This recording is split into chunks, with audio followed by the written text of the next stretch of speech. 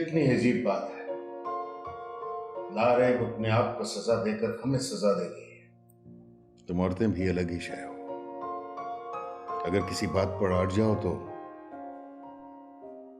कोई मरे या कोई जिए तुम इसकी परवाह भी नहीं करते। ऐसा क्यों कह रहे हैं आप? लारेब मेरी बेटी है, मैं ऐसे खुद जाऊंगी लेने के लिए। खुद वापस लेकर आऊंगी? अगर खुद वापस लेकर आना था तो फिर भेजा क्यों था उसको वहां? भेजा? मैंने भेजा था? आप मुझे कह रहे हैं? आप तुम भी शामिल थी उसमें। ऐसा तो मत कहिए। मैंने कहा भी था कि इंक्वायरी के लिए मैं खुद जाऊंगा। तुमने कहा कि आप मसरूफ हैं, इकराम जाकर कर लेंगे। माना कि मैं मसरूफ था, लेकिन आज मैं अपने आप को माफ नहीं कर सकता। मैंने दूसरी दफा तुम्हारे कहने पर लारेब का गलत जगह पर ब्याह कर दिया। उस्मान आज हमारे सामने नहीं है, लेकिन मैं जवाबदेह हूं उसको। मेरी लारेब को बर्बाद कर दिया तुमने। क्या? लारेब की बर्बादी का जिम्मेदार आप मुझे ठहरा रहे? मेरी वजह से हुआ सब कुछ? इतने साल इस घर को दिए मैंने, इतनी मोहब्बत, इतनी कुर्बानियों का ये सिला मिलेगा मुझे, मैंने कभी सोचा भी नहीं था।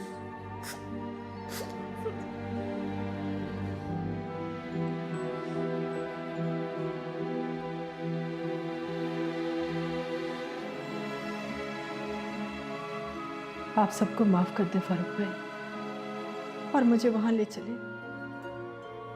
मैं सबको तो माफ कर दूंगा, लेकिन शायद अपने आप को कभी भी माफ ना कर सकूं।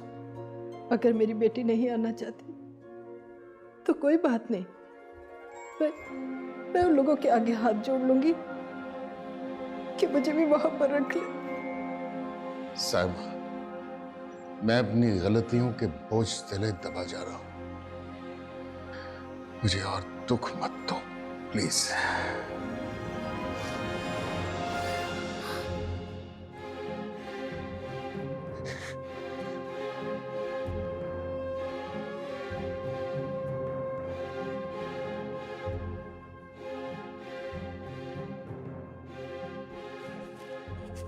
मामा, क्या हुआ है?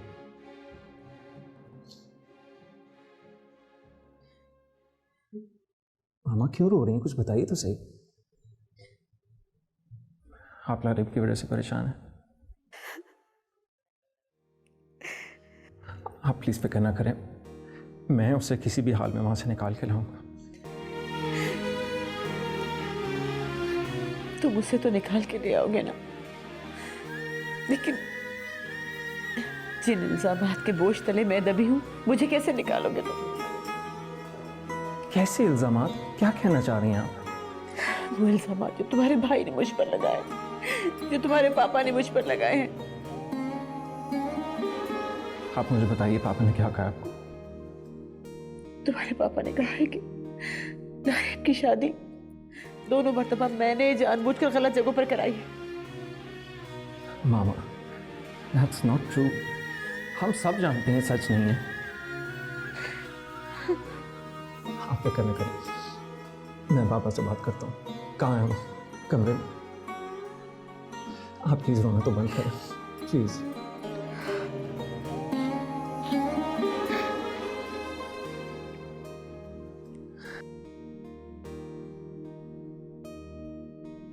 साइमा, तुम जानती हो मैं लारेब के लिए कुछ भी कर सकता हूँ। वही होगा जो अल्लाह को मंजूर होगा। किसी के कुछ करने से कुछ नहीं होगा। पापा, मामा बाहर रो रही हैं, क्या आपने उन्हें कुछ कहा है? सबसे पहले तुम जकिया और इकराम को फोन करो। मैं उनसे पूछना चाहूंगा कि इस खानदान की कौन सी चीज और क्यों उनको पसंद आई। पापा, मैं और इकराम हम उस लड़के को ऑफिस में मिल के आए थे, and from what I know, इकराम मामू उसके रिश्तेदारों से मिल लिए थे।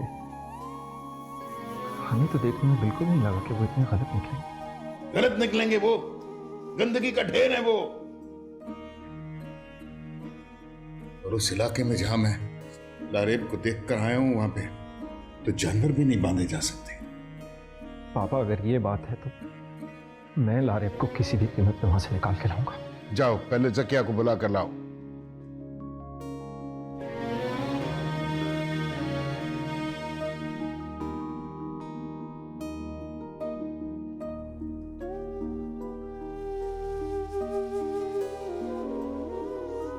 राफिया, लारेब आने को तैयार नहीं है। मामा ये तो खुशी की बात है, अब परेशान क्यों हो रही हैं?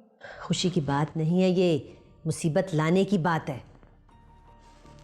हाँ तो वो अभी आने को तैयार नहीं है, कुछ दिन की बात है, फिर सब कुछ ठीक हो जाएगा। ये कैसे ठीक हो जाएगा? मामा देखें, वो गरीब लोग हैं और सब थोड़े परेशान हो गए हैं, लेकिन कुछ दिनों में सब एडजस्ट कर लेंगे। तुम इतने सुकून से ये बात कैसे कह सकती हो? तुम्हारा सुकून देखे तो मेरा खून जल रहा है। उफ, मामा रिलैक्स, सब कुछ ठीक हो जाएगा, मैं कह रही हूँ ना। भाई कैसे फिक्र ना करूं? तुम्हें कैसे इस बात पे इतना यकीन है? वो बिश्मा के जाने वाले हैं। ये बात हम फारूक भाई को कैसे बताएंगे? आ जाओ। ओ फुरकान बेटा, आओ। वो पापा आपसे बात करना चाह रहे थे। क्यों? आई थिंक लारेब के बारे में बात करनी। अच्छा ठीक है, आप चलो, मैं आती हूँ अभी। जी।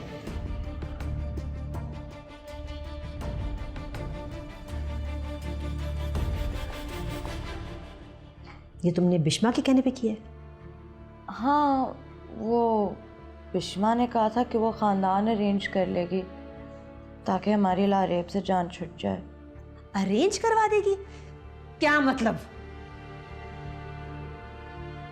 क्या करूं उस लड़की को? बात सुनो, क्या वो तुम्हारी जान पहचान के लोग नहीं थे? उफ राफिया, तुम कोई काम तो सोच समझ के कर लिया करो। फोन करूं इकराम भाई को?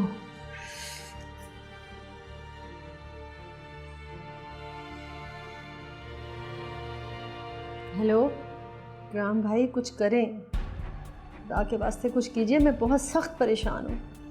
ये लारेब वाले किस्से में सारा इल्ज़ाम आप पर और मुझ पर आ रहा है। ना मुझ पर इल्ज़ाम क्यों आएगा? तुम और राफिया बताओ, राफिया से पूछो उसकी कौन सी दोस्त है। देखो फारूक भाई के मुझे 2-3 फ़ोन आ चुके हैं, मैं उनका सामना नहीं करूँगा। इकराम भाई अब आपको ही कुछ करना पड़ेगा। मुझे कुछ करना नहीं होगा, मुझे बेइज्जत होना होगा। मेरा तो आपके अलावा कोई है भी नहीं। बाबा तुम राफिया से पूछती क्यों नहीं? उसकी कौन सी दोस्त है? वो कह रही है मुझे नहीं पता। पता नहीं? हद हो गई, पता नहीं? वो मुझसे बात क्यों नहीं करती? वो इकराम भाई उसकी तबीयत ठीक नहीं है। तबीयत ठीक नहीं है, दिमाग तो ठीक है, बात तो कर सकती है। देखो असलियत नहीं छुपाओ, राफिया से पूछो, उसको पूछो कौन सी दोस्त है वो। कितने अच्छे ताल्लुकात हैं फारूक भाई के मेरे से। अब आपको ही कुछ करना पड़ेगा इकराम भाई। देखो फारूक भाई के खौफ से ना मेरी तबीयत खराब होती जा रही है। देखो ज़किया, ये मैं तुम्हारा आखिरी काम कर रहा हूँ, मेरी तौबा जो मैं आइंदा तुम्हारा और तुम्हारी बेटी के कोई काम आऊँ। हेलो हेलो इकराम भाई,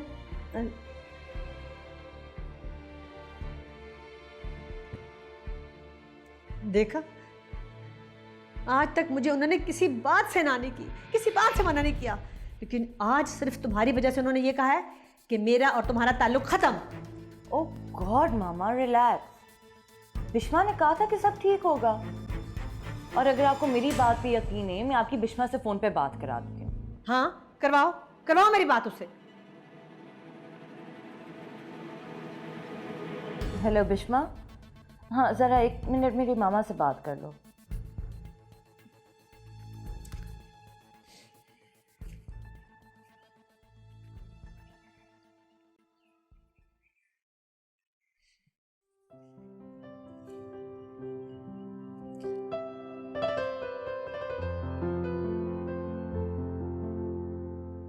कितना फन है आपके हाथ। ये बर्तन मैंने आपको यहीं से लाकर दिए थे ना? यहाँ ऐसे ऐसे बर्तन बदने हैं, कसम से कि बाहर के मुल्कों से लोग ना आ आकर लेके जाते हैं। इनकी शेप्स वाकई में अच्छी हैं। हाँ, शेप्स तो अच्छी हैं, लेकिन जो रंग आपने दिए हैं ना, वो बहुत खूबसूरत है। इन्हें देखकर तो बाहर के लोग दीवाने हो जाएंगे। अल्लाह ने वैसे नवाजा है आपको, सब कुछ ही जानती हैं आप। और हुस्न भी परियों जैसा है। अब मैं तो अब तक हैरान हूं कि आपने मुझ जैसे बेवकूफ के साथ शादी कैसे कर ली। नहीं, आप बेवकूफ तो नहीं हैं। सच?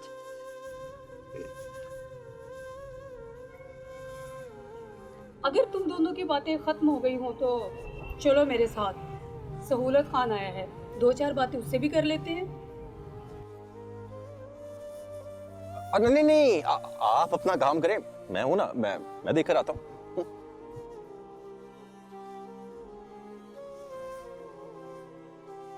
जब मैंने तुमको बताया था कि मैं राशिद की बीवी हूँ तो तुमको बुरा नहीं लगा था? नहीं। भाई वो तो नामुराद है ही नशे और बहन का गुलाम, मगर तुम तो एक औरत हो और वो भी अच्छे घर से। तुम्हारी ये खामोशी मुझे किसी बड़ी अनहोनी की खबर दे रही है, जैसे तूफान से पहले की खामोशी।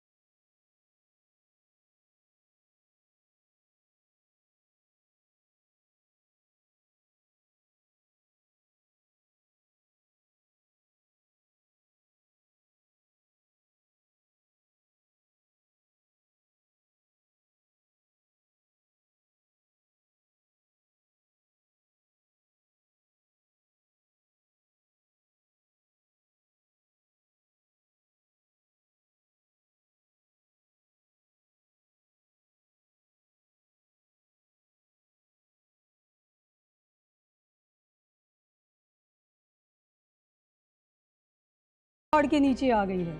क्यों? पहले क्या मुसीबतें कम हैं जो तू भी आ गई है परेशान करने के लिए? ये जो इतने सारे पैसे कमाने का मंसूबा बनाया है ना सहूलत खान के साथ, आखिर इसको संभालने वाला भी तो कोई होना चाहिए ना।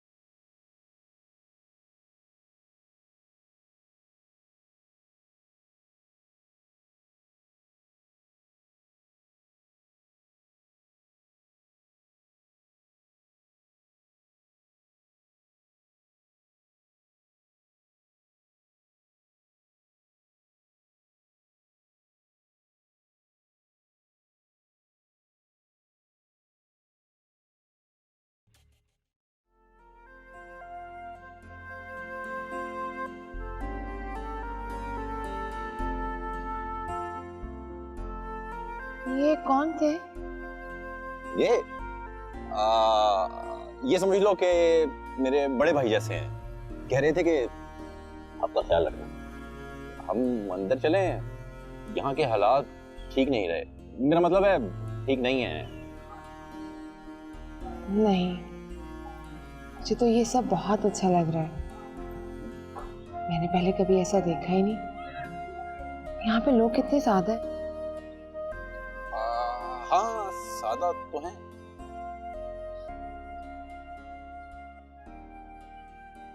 ये यहाँ पर नहीं? हाँ। साहिबा चाची, देखिए पूरे घर में कोई मेरी बात नहीं सुन रहा, किसी को समझ में नहीं आ रहा है।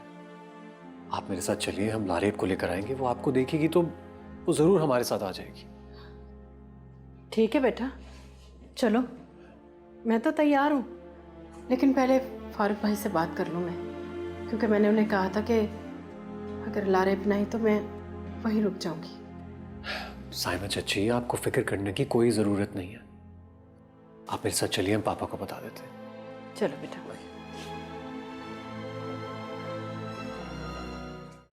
हमने तो खुद उसका निकाह किया है। हाँ, यही तो प्रॉब्लम है। हमें मिसगाइड किया है अपने खानदान के लोगों ने। पता नहीं किन दरिंदों में फंस गई है हमारी बेटी। आप खुद बच्ची को समझाएं कि वो वापस आए और उन्हें कहे कि उसे उन लोगों के साथ नहीं रहना है। देखिए, वो वापस नहीं आना चाहती, यही तो सबसे बड़ा प्रॉब्लम है। कुछ दिन इंतजार करें और वापसी के लिए उस बच्ची का जहन बनाएं। हम कैसे बर्दाश्त करें? आप समझिए तो सही कि हम किस कर्ब से गुजर रहे हैं। देखें फारूक साहब, शुरू से आखिर तक लारेब के बारे में जो हालात वाक़यात आपने मुझे बताए हैं, कुछ अजीब से लग रहे हैं। अजीब नहीं, बहुत अजीब। वो लड़की तो हमारी बहुत लकी है, लेकिन उसके साथ ये सब कुछ क्या हो रहा है हमारी अकल से बाहर है। आप बता रहे हैं कि लारेब का निकाह हुआ है। इन हालात में कोई फौरी कानूनी कार्रवाई बनती नहीं। अब मुझे वक्त दें, मैं इस मामले को खुद हैंडल कर रहा हूँ। अल्लाह हाफ़िज़। पापा, मैं ये सोच रहा था कि अगर हम साहिबा चाची को अपने साथ ले जाएं तो शायद लारेब वापस आने के लिए तैयार हो जाए। साइमा, तुमने लारेब से बात की है? जी भाई, की थी बात, लेकिन मुझे नहीं लगता कि वो मेरे साथ आएगी। अरे साहिबा चाची, आप मेरी बात समझने की कोशिश तो कीजिए। देखिए, आप लारेब के पास जाएंगी तो शायद अपनी बातों से उसे मनाकर हमारे साथ ले आए। नहीं बेटा, वो नहीं आएगी। मैं जानती हूँ वो नहीं आएगी। और भाई, अगर वो ना आई ना तो मैं भी वहीं रह जाऊंगी। तुम वहां रहोगी साइमा? तुम नहीं जानते कि वो लोग कितने जलील और कमीने हैं। लेकिन भाई वो यार इकराम, कहाँ हो तुम? फोन कर करके मैं परेशान हो गया हूँ तुम्हें। ये किस किस्म की गलत इंक्वायरी की है, हाफ बेक्ड किस्म की? तुम्हें पता है लारेब किस मुसीबत में? खामोश रहो, बस एक मिनट चुप। आप लोग अंदर जाइए, मैं जरा इनसे बात करना चाहता हूँ। साइमा भाभी, देखो, हमें उन लोगों को इतना गलत नहीं समझना चाहिए कि हम लारेब को वापस आने का कह सकें। वो आप तसल्ली रखें, हर ख़ानदान के कुछ मामलात और कुछ अंदाज होते हैं। कम ऑन इकराम मामू, आप कैसी बातें कर रहे हैं? क्या आप नहीं जानते कि उन्होंने हमारे साथ कितनी गलीज़ ज़ुबान में बात की? हम भी बेटा उसी ज़बान में बात करेंगे। फारूक भाई यही तो कह रहे हैं। आप साइमा भाभी को अंदर लेकर चले, मैं फारूक भाई से कुछ बात करना चाहता हूँ। ये क्या बात की है तुमने कि वो लोग गलत नहीं हो सकते, अच्छे भी हो सकते हैं? मैं तो देख कर आया उनका रहन सहन। तुम तो उनकी तरफदारी करते हुए नजर आ रहे हो मुझे। फारूक भाई, बात ये है कि हो सकता है कि वो इतने बुरे ना हो जितने हम समझ रहे हैं। एक तो तुमने गलत इंक्वायरी की और दूसरा तुम मुझसे कह रहे हो कि वो लोग ठीक भी हो सकते हैं। मैं ठीक है फारूक भाई, मैं यहाँ से सीधा वहीं जाऊँगा। अगर कुछ गलत हुआ तो मैं बच्ची को साथ लेकर आऊँगा। मैं उन गलत लोगों में थोड़ा छोड़ के आ सकता हूँ। अब यही काम रह गया हमारे लिए कि लारेब की शादी करें, उसको रुखसत करें, उसको वापस लाएं, उसकी शादी करें, उसको फिर से रुखसत करें। क्या यही करते रहेंगे? हाँ ठीक है जी फारूक भाई, लेकिन कुछ ना तो कुछ करना पड़ेगा ना। फारूक भाई देखे, मैं मानता हूँ ये मेरी गलती है। अगर मेरी गलती है तो मुझे सज़ा ज़रूर दें, लेकिन एक मौका तो दें। फिर चाहे सरे बाजार मुझे जलील करना। जलील तो हम हो रहे हैं, हमारी लाडों में पली बेटी जलील हो रही है। आप दोनों बहन भाई आपस में डिसाइड करेंगे गलती किसकी है। That's it.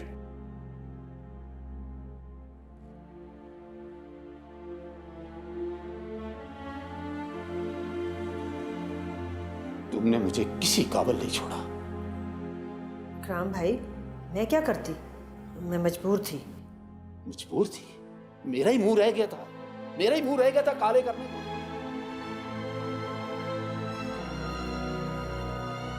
वाह बेटा वाह, खूब जलील किया है तुमने हमें। अपने जुर्म को अपने इन आंखों के पीछे छुपाने की कोशिश ना करो। इकराम भाई अब बस भी कर दे, कब से रो रही है बेचारी। तुम्हारे इसी लाड प्यार ने इसको बिगाड़ दिया। मेरी जगह पे इसका बाप होता ना तो 2 थप्पड़ मारता। क्या सोच के तुमने बिश्मा की मानी और मुझसे झूठ बोला? तुम्हें हिम्मत कैसे हुई कि मुझसे झूठ बोलने की? बस गलती हो गई ना उससे। गलती उससे नहीं, गलती तुमसे हुई है जो ये दिन मुझे देखना पड़े। क्या करूं, क्या कहूं कि ये सब कुछ बिश्मा ने किया? माना कि इससे बहुत बड़ी गलती हुई है, लेकिन देखिए ना, ये भी तो हो सकता है ना कि राशिद अच्छा लड़का हो। जो हालात और जो जगह और जैसी फैमिली में देख आया हूं ना, वहां भी अच्छा लड़का हो ही नहीं सकता। इकराम भाई, कच्ची बस्तियों में भी इंसान रहते हैं, और क्या पता वो कितने मजबूर लोग हों। वैसे भी सफ़ेद पोश लोग कर्जदारों से छुपते ही फिरते हैं। सफेद पोश मर जाते हैं, लेकिन इतनी बेशर्मी से बेटे के ससुराल में जाकर भीख मांगना शुरू नहीं कर देते। ब्लैकमेल कर रहे हैं वो हमें। आप जानते हैं कि फारूक भाई और उनकी फैमिली जज्बाती लोग हैं। आप उनकी ज़बान बोलकर ज़रूरत को ब्लैकमेल का नाम न दें। देखिए, 20 लाख रुपया कोई बड़ी रकम नहीं है। अगर तलाक शुदा लड़की का घर दोबारा बस जाए तो।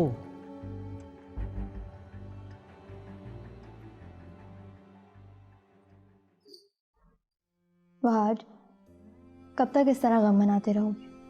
चलो मेरे साथ शॉपिंग पर चलो। चलो। हाँ, तुम्हारे साथ चलूंगी। फिर तो तुम इतनी दूर जा रहे हो, न जाने कब मुलाकात हो।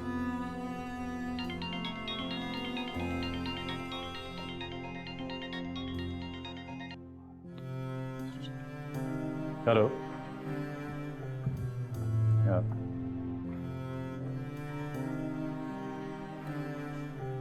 बैठे।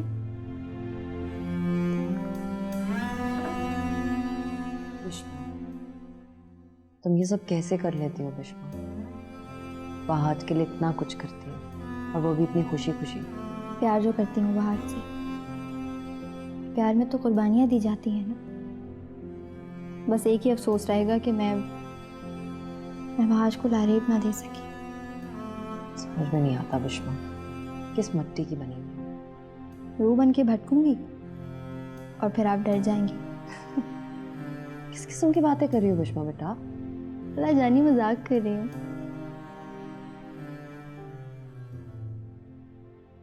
चलो 4 दिन हुए इस घर में, मैंने सोचा तुम्हारी थोड़ी खिदमत ही कर दूं। ये खाना कौन देसी घी में बना है। ओह अच्छा, अब खाने देसी घी और मक्खन में बनते हैं। तुम पहले ये बताओ मुझे कि तुम आपा को क्यों मक्खन लगा रही हो? क्या 4 पैसे लेके फिसल गई? देखो राशिद, ये पैसा हम औरतों की कमजोरी होता है, और आपा जानती है कुछ भी हूँ सच्ची। और तुम्हारे पास भी 4 पैसे आने के बाद मेरे जैसी खूबसूरत बीवी तो होनी चाहिए ना, क्योंकि जिस हूर को तुम ब्याह के लाए हो उसके काबिल तो तुम हो नहीं। अगर तुम्हारे पास 4 पैसे होंगे तो मैं भी बर्दाश्त कर लूंगी। अरे ये लारेब को खाना दे दो जाके, सौतन की कुछ खिदमत करूंगी तो सोचा सवाब ही ले लूंगी। कौन है? जी सोलह भाई। सफ़र में अपना बहुत ख्याल रखिएगा। आपके सारे बैग्स पैक कर दिए हैं मैंने।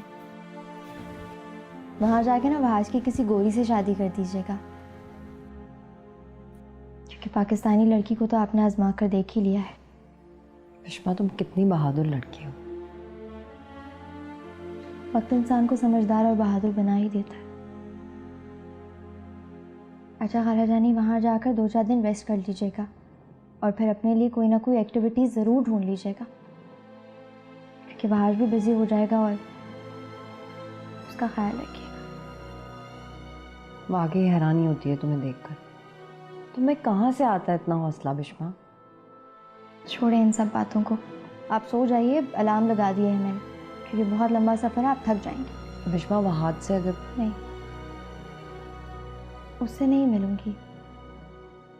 उससे मिली तो जा नहीं पाऊंगी, कमज़ोर पड़ जाऊंगी। अब मैं जा रही हूँ, मामा मेरा वेट कर रही होंगी।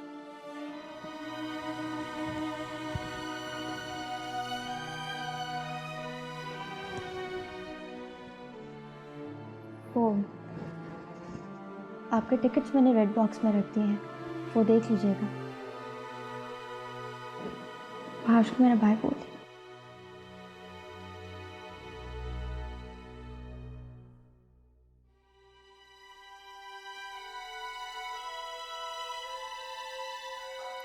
मामा, तैयारी सारी कंप्लीट हो गई है, अब शैली का ड्राइवर हमें ड्रॉप करता है। वो सब तो ठीक है वहाज, लेकिन तुम्हें अजीब सा नहीं लग रहा? हम बिश्मा को इस तरह अकेले छोड़ के जा रहे हैं। उसे मैं बेटी बनाकर इस घर में लाई थी और कितने मान से मैंने तुमसे रिक्वेस्ट की थी। मामा, सिर्फ माओ का इख्तियार नहीं होता कि वो बच्चों की ज़िंदगी का फैसला करें, बल्कि बच्चों को भी हक है कि वो अपनी पसंद का फैसला करें और माओ को उसमें शामिल करें। I think you need to respect my decision. 1 minute में सारे हक तुम्हारे हो गए वहाज? तुम किस किस का हक अदा करोगे? मेरा? अपनी खाला का, जिन्होंने अपनी बेटी मुझको दे दी, उस लड़की का जिसने सारी जिंदगी तुम्हारा इंतजार किया Wahaj? You know what mama, it's all pointless now. तैयारी मुकम्मल हो चुकी है, वी हैव टू गो।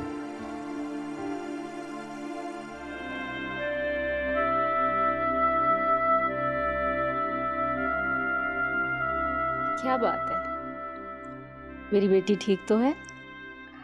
आज पहली बार वक्त मिला है माँ के बारे में सब कुछ पूछने के लिए। मैं बस जानना चाहती थी कि आप कितनी बहादुर थी। बहादुर थी? मैं तो जिंदा हूँ। सॉरी, मुंह से निकल गया, पता ही नहीं चला। It's time to sleep for good. For good मतलब कुछ नहीं। काफी अरसा हो गया आपके हाथ के स्पेशल सैंडविचेस खाए हुए। मुझे पता है आपको कुकिंग करना बिल्कुल अच्छा नहीं लगता। एक आखिरी बार बना दें आज।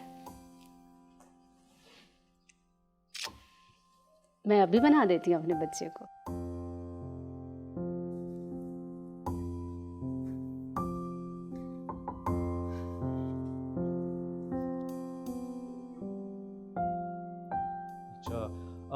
मामा देर हो रही है, प्लीज जल्दी आ जाएं।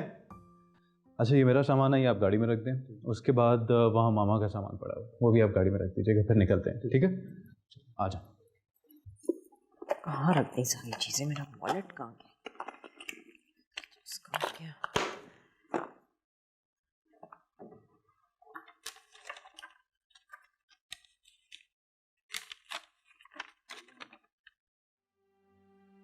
डियर वहाज, जब तक तुम्हें ये ख़त मिलेगा मैं तुमसे बहुत दूर जा चुकी होंगी। क्या करूं, तेज़ चलने की आदत है ना मुझे कोई रिग्रेट नहीं। तुम्हारी याद के साथ मेरे 7 साल गुजरे। मेरे लिए तो वो 7 साल 700 साल से कम नहीं। मैं इन 7 सालों में 7 जीवन जीत चुकी हूँ। यहाँ नहीं मिल सके तो क्या हुआ, वहाँ मिल लेंगे। वैसे भी असल तो रूह का मिलना होता है। तुम्हारा इंतज़ार करूँगी क्योंकि तुम भटक गए हो और भटके हुए को इल्ज़ाम नहीं दिया करते। लिहाजा तुम्हें हर इल्ज़ाम से बरी करती हूँ। कोशिश करना कि मेरी ख़बर पर मत आना, क्योंकि वहाँ भी मेरी रूह नहीं होगी, सिर्फ जिस्म होगा। रूह तो तुम्हारे पास होगी। बस यही मेरी गुजारिश है, और इसके साथ ही मेरी विल रखी है। मैंने अपनी तमाम जायदाद और शेयर्स तुम्हारे नाम कर दिए हैं, क्योंकि मेरा जो कुछ भी है सब तुम्हारा ही तो है।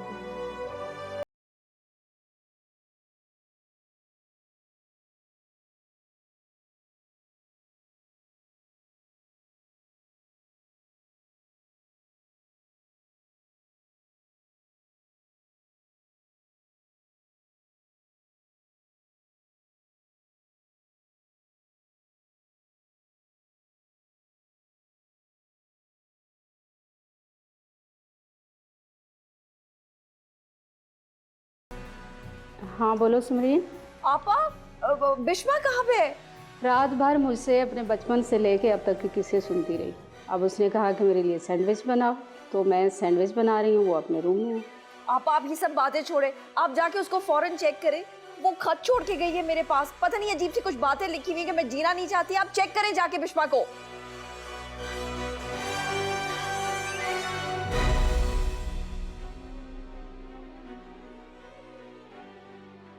बिस्मा, बिस्मा बेटा खाला से बात कर लो। बिस्मा, बिस्मा, बिस्मा, बिस्मा, बिस्मा, बिस्मा, आपा, आपा, बिस्मा, ये क्या किया बेटा? बिस्मा, होश में आओ बेटा। बिस्मा।